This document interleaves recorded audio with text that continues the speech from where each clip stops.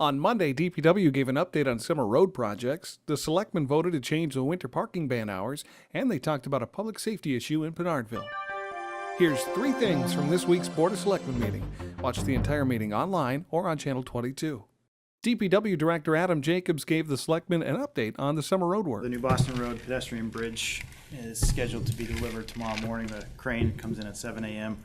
to set up at the Hermsdorf intersection to lift the bridge, and then 2 hours later the bridge will arrive on the flatbed. The old trestle at Henry Bridge Road, where Old Henry Bridge used to come down, has been filled in, and it's being finished off right now. They've moved most of their operation on that project to the other crossings.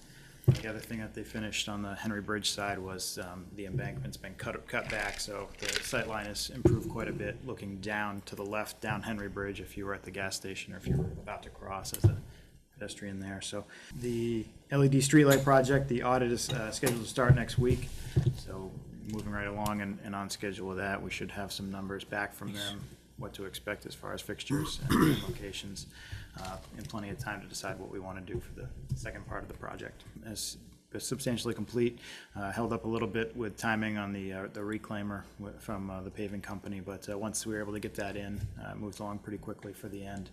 So that job, driveways have been matched in, some of the curbing has been backed up, shoulder gravel placed, so we're pretty much complete on that. The board also awarded a bid for line striping to industrial traffic lanes of Londonderry. Chairman Georgantis alerted the board to an incident involving a mix-up on a 911 call in Pinardville, where emergency services were dispatched to Manchester rather than Goffstown because of the duplicate street names in the zip code.